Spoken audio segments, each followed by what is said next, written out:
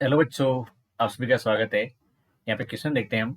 Late f x be a non constant trice differentiable function defined on minus infinity to infinity such that f of x equal to f of six minus x and f derivative zero is equal to zero is equal to f derivative two is equal to f derivative five if n is the minimum number of root of the equation in interval 0,6 then value of N is. देखिए यहाँ पे ये जो हमें given condition है, बोला गया है कि फंक्शन डिफाइंड है और साथ में ट्राइस डिफरेंशिएबल है। फंक्शन की कंडीशन क्या है? F of x equal to f of six minus x है।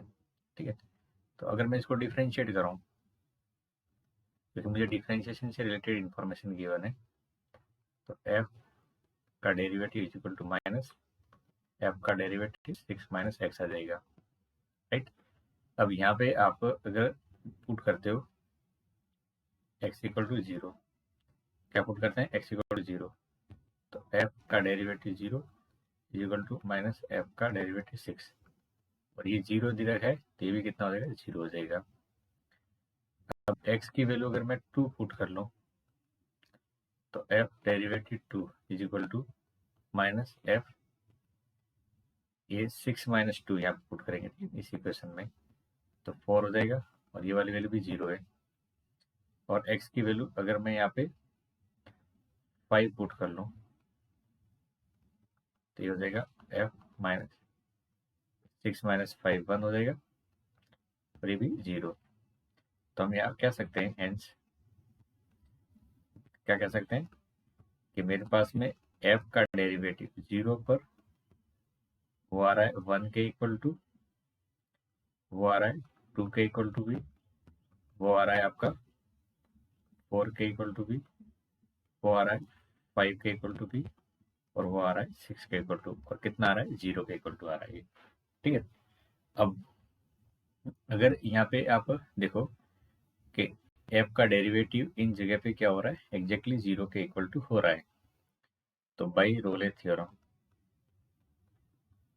रोलेस थ्योरम, अगर फंक्शन की वैल्यू इन जगह पे फंक्शन का डेरिवेटिव इक्वल टू जीरो हो रहा है, तो आप कह सकते हो कि इसका जो डेरिवेटिव होगा, पहले तो बिना रेले थ्योरम के बारे में बात कर लेते हैं भाई डायरेक्टली। तो यहाँ पे इन जगह पे f dash x equal to zero है। कितने सॉल्यूशन होंगे?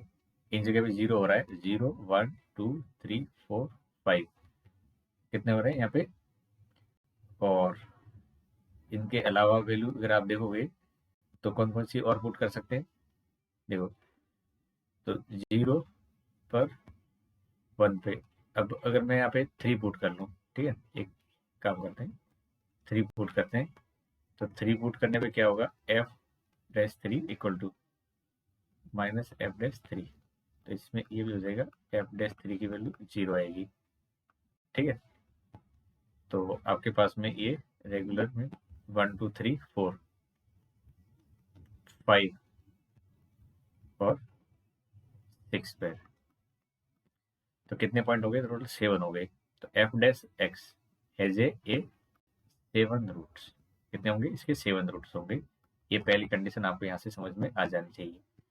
अब हम आगे बढ़ते हैं, और अगर ये डेरिवेटिव की वैल्यू इस जगह पे सेम हो रही है, क्या हो रही है? डेरिवेटिव की वैल्यू सेम हो रही है, तो बाई रोले थ्योरम,